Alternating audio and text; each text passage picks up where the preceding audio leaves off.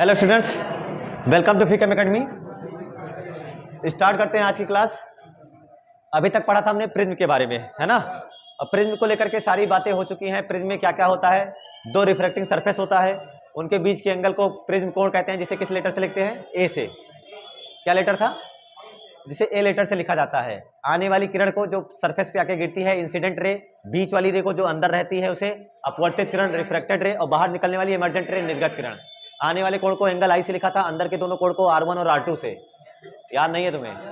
और क्या बाहर निकलने वाले कोण को E से लिखा था, है कि नहीं है? ऊपर वाले कोण को क्या लिखा था, ऊपर वाले ए ए ए वो ए क्या था, एंगल ऑफ प्रिज्म या रिफ्रैक्टिंग एंगल, अपवर्तक कोण या फिर प्रिज्म का कोण, है कि नहीं है। एक और एंगल था शानदार वाला, जो कि बताता था कि रे जा ऐसे रही है, जाना ऐसे चाहती थी, क्या चली ऐसे जाती थी। ये वाली कौन सी रे थी, इंसिडेंट रे, आपतित किरण। और ये वाली कौन सी है, निर्गत किरण। क्या इनके दोनों के बीच के एंगल को कहा जाता है deviation angle, angle of deviation, जिसे किस लेटर से लिखा था, डेल्टा से लिखा गया था, है कि नहीं है। तो इन सारी चीजों को ध्यान में रखते हुए अब हम लोग पढ़ने चलते हैं। ये टॉपिक था प्रिज्म के बारे में कि प्रिज्म में क्या क्या होता है। रिफ्रैक्शन बाय प्रिज्म की जर्नी स्टार्ट होती है, और उसमें सबसे पहले क्या स्लैब में, पैरेलल ग्लास स्लैब में और प्रिज्म में डिफरेंस क्या था।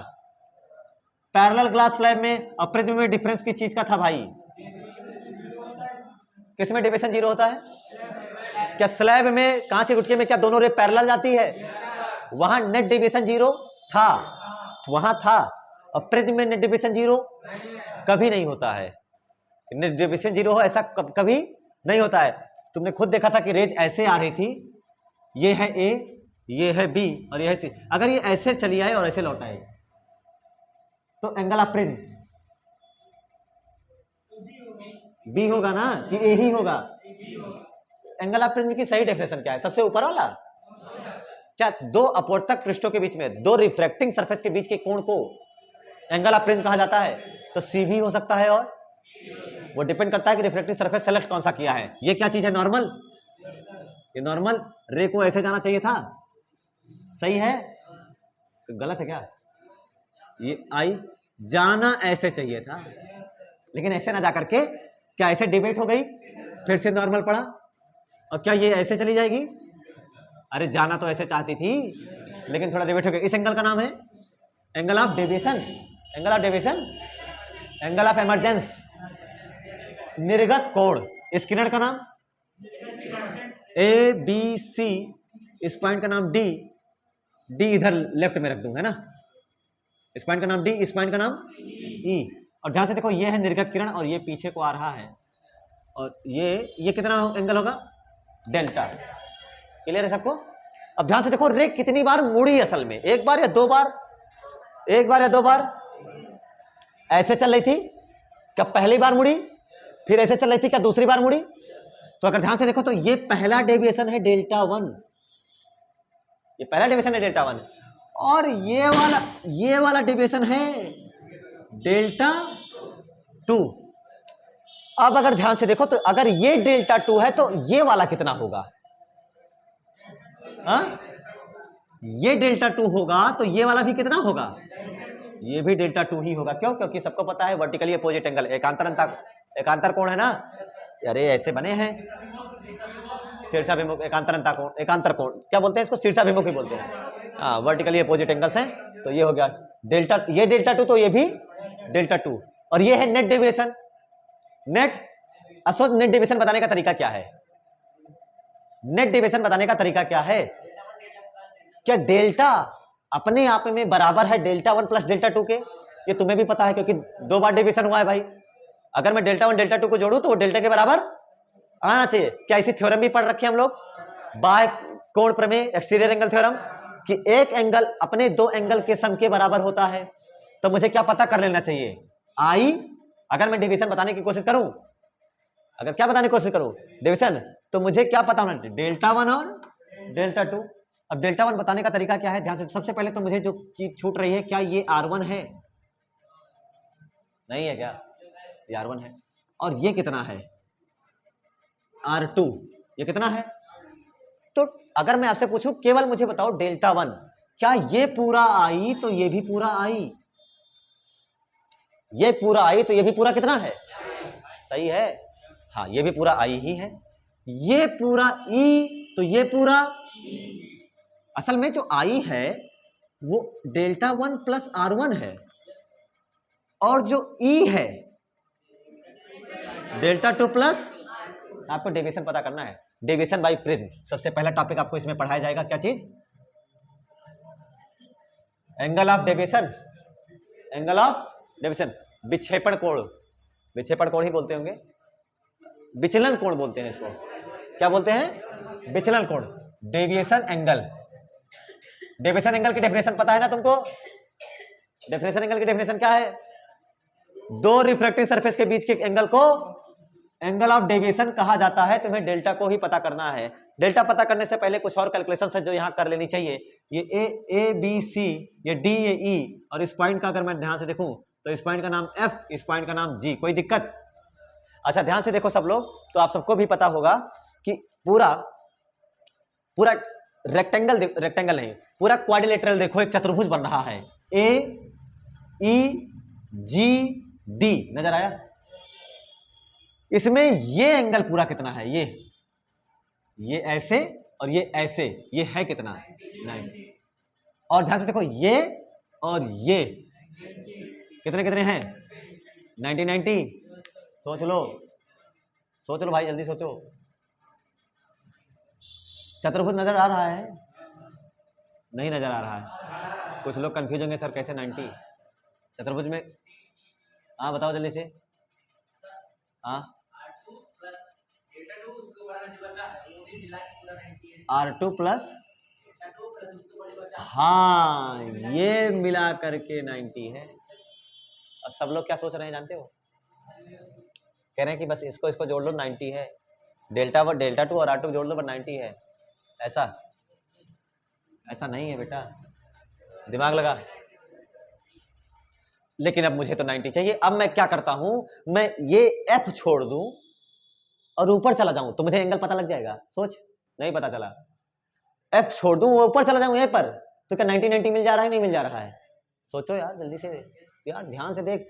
तुम्हें दो जी की वैल्यू, जी को कैसे टैकल करना है बाद में दिखाऊंगा, बट तुम सोचो कि तुम इस चतुर्भुज के अंदर दो एंगल पहले से पा जा रहे हो। कौन कौन से? 90 और 90। अगर तुम ऊपर चले जाओ, ए डी जी ई में चले जाओ, F छोड़ दो। अगर F छोड़ देता हूं तो क्या फायदा हो जा रहा है? ऑब्जर्व नहीं कर पा रहे हैं सब बच्चे। बेटा 90 ये नहीं है, 90 तब होगा जब तुम ये वाला भी जोड़ोगे, ये और ये और ये वाला जोड़ो। क्यों? क्योंकि ये है और ये देखो नॉर्मल है कि नहीं है? ये वो नॉर्मल और ये वो सरफेस है, तो पूरा एंगल 90 होगा ना। और आप लोग तो कितने में मान गए कि 90 है? Delta 1 plus R1। इतना कॉन्सेप्ट कमजोर मत रखो, इतना मैथ कमजोर मत रखो कि आपसे सवाल ही ना लगे, है ना? मिटाने लगा गया, ये है। समझ पाए ये चीज, या अभी भी नहीं चमक रहा है सब बच्चों को? भाई तुम नहीं समझ पाए? नहीं समझ आया? तुम्हारा सन्नाटो बता रहा है, सन्नाटो की दुकान। तुम लोगों का मौन बता रहा है कि तुम लोगों से नहीं हो आए, कॉन्सेप्ट समझ नहीं आया बेटा। तुम्हें एक यहाँ ज्योमेट्री नहीं दिख पा रही है, तुम्हें ये नहीं समझ आ रहा है 90 कहाँ से आएगा। अब अभी मैं पहले ना बताता, मैं डायरेक्ट बता देता। अगर मैं डायरेक्ट सीधे ले आता, सीधे ए पर कर देता, तो अभी तुरंत तुमको सब कहाँ समझ में आता रहता है। लेकिन एक बार तुम्हारा जो तुझे लग रहा था उसको दिखा दिया मैंने कि तू गलत है, अब तुमको समझ में नहीं आ रहा कि कहाँ से 90 होगा। तुम्हें ये नहीं दिख रहा है, ये नॉर्मल नहीं है, नॉर्मल अभिलंब है ना ये। और अभिलंब जो है तल पर लंब होता है, परपेंडिकुलर होता है, तो ये पूरा 90 होगा, ये बीच वाला 90 नहीं हो सकता है। इसलिए ये F हमारे काम के नहीं है, हमारे काम का कौन हो गया? A। और क्वाड्रिलेटरल F से ना बनाओ, A से बनाओ। तो क्वाड्रिलेटरल लेते हैं, डेविएशन एंगल पता करना है मुझे, डेल्टा पता करना है। अभी कैसे पता होगा देखते हैं। इन क्वाड्रिलेटरल चतुर्भुज क्या नाम है? A D G E। चलो सब लोग बताओ कौन कौन से एंगल 90 90 हैं? क्या D वाला और E वाला? क्या angle D equal to angle E equal to 90? सब जोड़ तो कितना आएगा? सब जोड़ो तो, सब जोड़ोगे तो कितना आएगा? A प्लस, देखो मैं लिख रहा हूं, angle A plus angle D plus angle G plus angle E equal to 360। कौन कौन से तुम्हें पता है?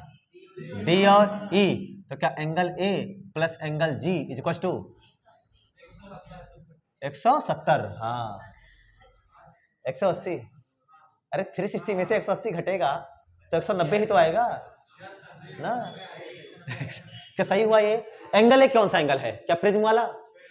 और जानबूझ के प्रिज्म वाला एंगल लेना पड़ेगा, क्योंकि प्रिज्म एंगल तो तुम्हें पता ही रहेगा, जब तुम मेजर कर सकते हो तुम्हें दिया रहेगा कि हाँ अगर ज्यादातर प्रिज्म एंगल 60 डिग्री के होते हैं, क्योंकि वो इक्विलैटरल होते हैं, समबाहु प्रिज्म होते हैं। तो समबाहु प्रिज्म होगा तो एंगल है कितना होगा? 60, कोई भी रख लो। तो ये ज्यादातर तुम्हें पता होगा, तो तुम यहाँ से जी पता कर सकते हो। जी तुम्हारे किसी काम का नहीं है। तो तुम नीचे वाले ट्रायंगल में आओ। इन ट्रायंगल का नाम देखो, नीचे वाले ट्रायंगल का नाम देखो, DGE। इन ट्रायंगल DGE, ध्यान से देखो।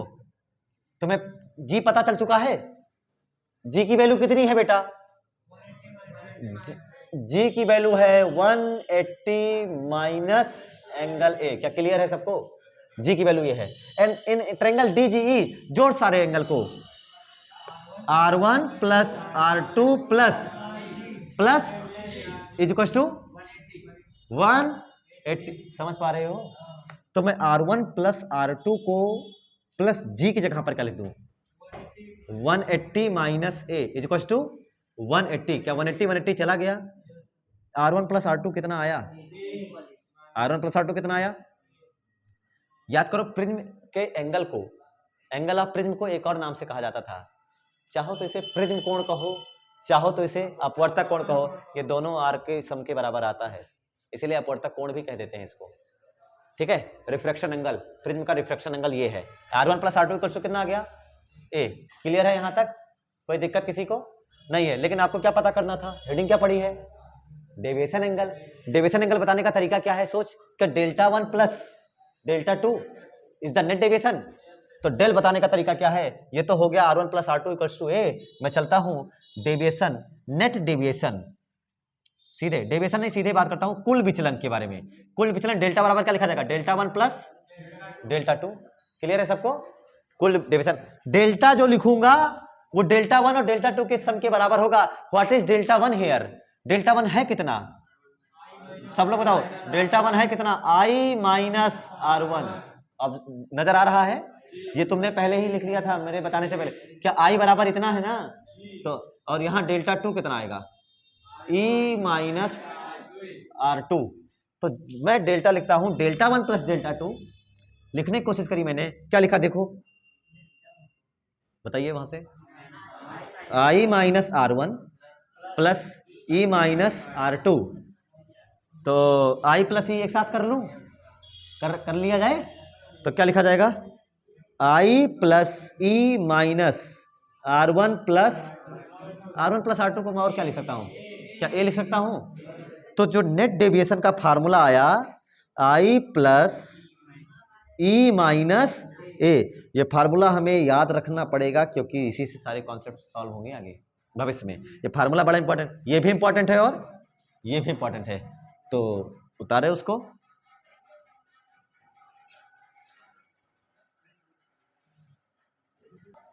चलो, तो आपके पास दो फार्मूला आता है केवल डेविएशन वाले स्टेप से लेकर के। पहला फार्मूला आता है R1 plus R2 is equal to A. दूसरा आपके पास आया I delta is equal to I plus E minus A. क्या सबको सारे एंगल पता है? पता है ना? कई बार ऐसा होता है कि इसको I1 और इसको I2 लिख, क्योंकि इस अंदर R1 R2 कर दिया तो बाहर वालों को कर देते हैं I1 और I2। तो अगर ऐसा दिखे तो कंफ्यूज ना हो जाना, समझ जाना कि I2 एमर्जेंट एंगल है, और एमर्जेंट एंगल के लिए मेरे ख्याल से E ज्यादा अच्छा सिंबल है। आप लोगों को भी याद रहेगा, इसलिए E ही रखो। अब इसमें एक केस आता है, सबको पता है कि रेज सीधे जाना चाहती थी, मीडियम आ गया आगे, जिसकी वजह से डेविएट हुई कि नहीं हुई, है ना? और ये डेविएट होंगी। एक केस ऐसा भी हो सकता है जो मिनिमम डेविएशन हो, क्योंकि डेविएट बहुत ज्यादा भी हो सकते हैं। जितना ज्यादा रिफ्रैक्टिव इंडेक्स रखोगे, जैसा एंगल रखोगे, वैसा डेविएशन होगा। लेकिन एक केस ऐसा भी हो सकता है जिसमें डेविएशन सबसे कम हो। ऐसा केस हो सकता है कि नहीं हो सकता? इस वाले प्रिज्म के अंदर एक केस ऐसा भी हो सकता है जिसमें ऐसे जा रही थी, ध्यान से देखो, ऐसे जा रही थी तो ऐसे चली गई। एक केस ऐसा भी देखो, ये वाला ऐसे आ रही थी, ये वाला ऐसे चली गई। क्या ये डेविएशन बहुत ज्यादा है? इससे अच्छा तो ये वाला है। तो एक और केस हो सकता है जो कौन सा डेविएशन का होगा? मिनिमम डेविएशन का। एक केस होता है जो कौन सा डेविएशन का होता है, मिनिमम डेविएशन का। तो दूसरा पॉइंट होता है for minimum deviation, for minimum, न्यूनतम विचलन के लिए, फॉर मिनिमम डेविएशन।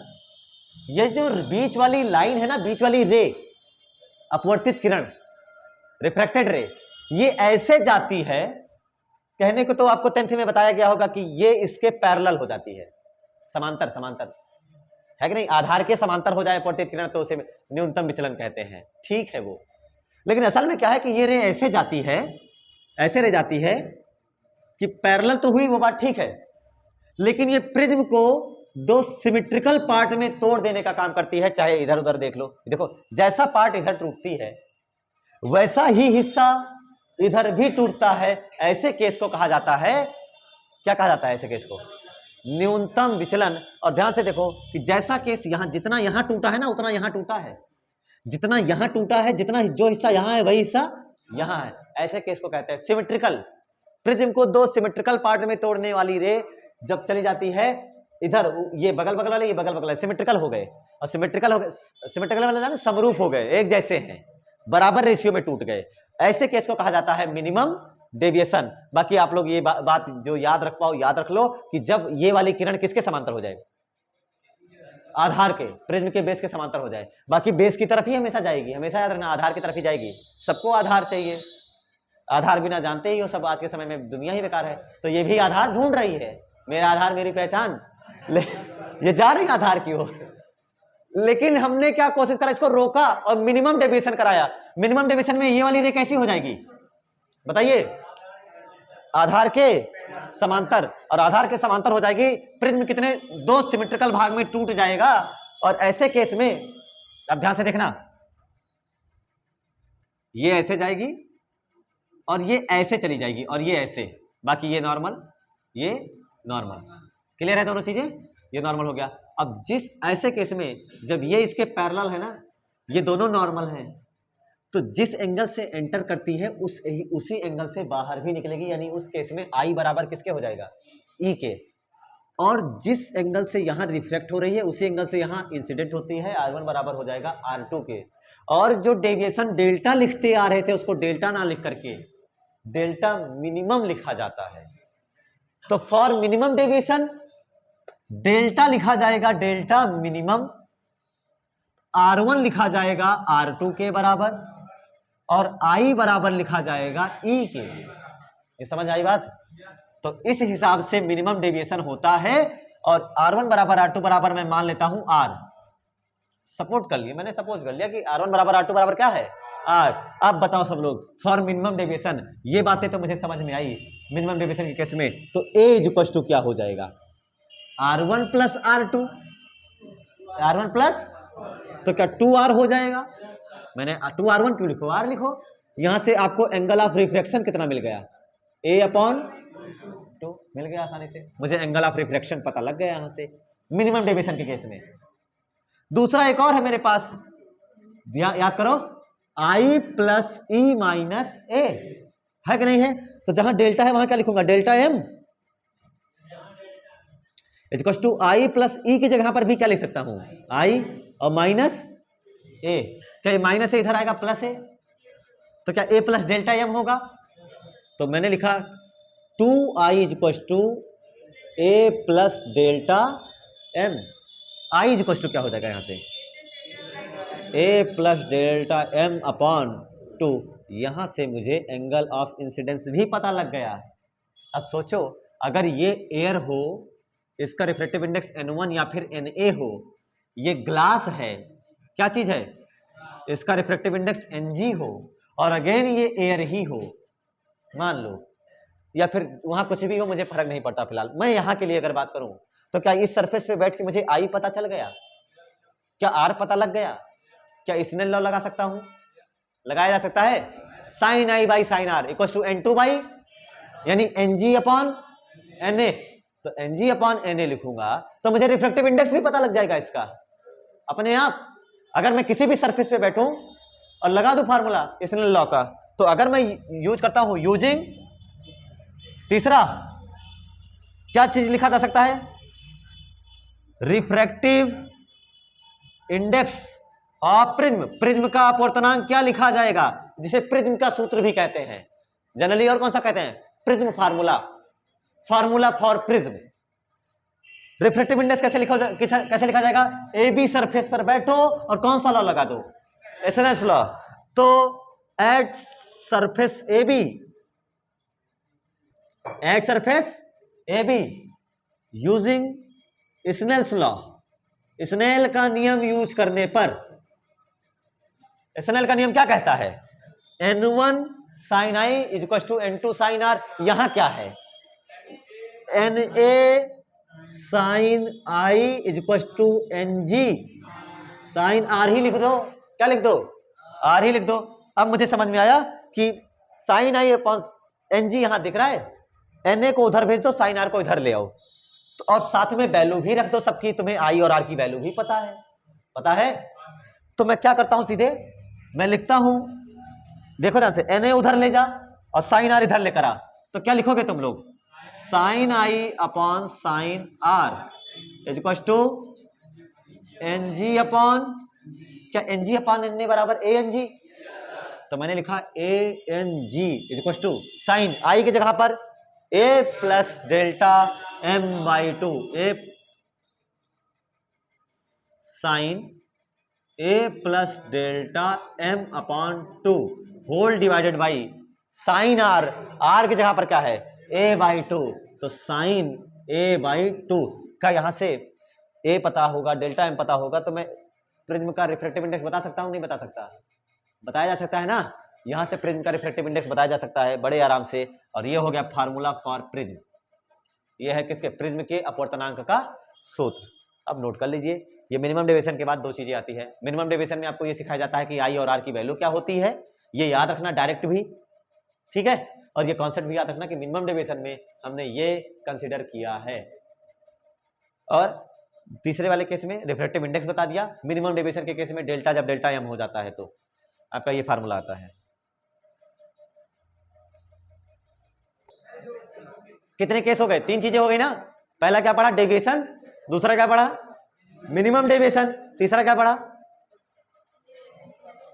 प्रिज्म का अपवर्तनांक, refractive index, formula for prism. ये तुम्हारे सामने लिखा हुआ है, तुम्हें सारे फार्मूले याद होने चाहिए जितना तुमने शुरू से पढ़ा सब, चाहे वो r1 plus r2 equal to ए हो, चाहे i plus E minus A equal to delta हो, और चाहे मिनिमम डेविएशन में delta equal to delta M, r equal to A by two and i equal to A plus delta M by two, और final formula ang equal to sine A plus delta M by two upon sine A by two, ये सबको याद होना चाहिए। उसके बाद आपके पास अब आता है ग्राफ i और डेल्टा के लिए, बार बार आपको परेशान करता है i delta curve, i delta वक्र बनाने को, है ना, i डेल्टा वक्र बनाने को बार बार को आता है कि भाई i बढ़ाने के साथ साथ, अब सबको पता है जैसे जैसे i बढ़ाओगे क्या बढ़ेगा, और डेल्टा के बारे में क्या ख्याल है कि वैसे से डेल्टा बढ़ेगा डेल्टा घटेगा, तो डेल्टा एक बार के लिए बढ़ता भी है घटता भी है, दोनों होता है, बढ़ेगा और घटेगा फिर बढ़ जाएगा, ऐसा भी हो सकता है।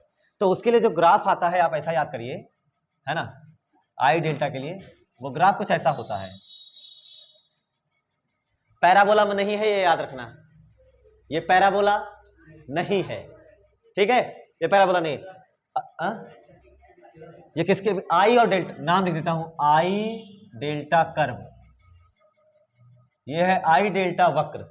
इसमें ध्यान से देखो, जैसे जैसे इधर आ रहे हो आई की वैल्यू बढ़ा रहा हूं, ध्यान से देखिएगा, जैसे जैसे आई की वैल्यू बढ़ रही है वैसे वैसे डेल्टा की वैल्यू धीरे धीरे कम हो रही है, और इस वैल्यू पर, इस वाली वैल्यू पर क्या डेल्टा सबसे कम आया, ऐसा ग्राफ तुमने पढ़ लिया है, लेकिन वो रेजोनेंस वाले में थोड़ा बहुत पढ़ा होगा, एलसीआर वगैरह में, लेकिन वो अलग था। तो इस जगह पर मुझे डेल्टा सबसे कम आया, अब इसके आगे आई की वैल्यू और बढ़ाता जाऊं तो फिर से डेल्टा की वैल्यू क्या होने लग जाती है, बढ़ने लगती है, यानी मिनिमम डेविएशन क्रिटिकल सिचुएशन जैसा है, समझे ना। तो ये है वो मिनिमम डेविएशन जहां पर आपको मिलता है, ये है वो आई की वैल्यू, और इस हिसाब से आपका ये कंप्लीट होता है आई डेल्टा कर्व। याद रखना ये पैरा, मैं लिख देता हूं, ये परवलयाकार नहीं है,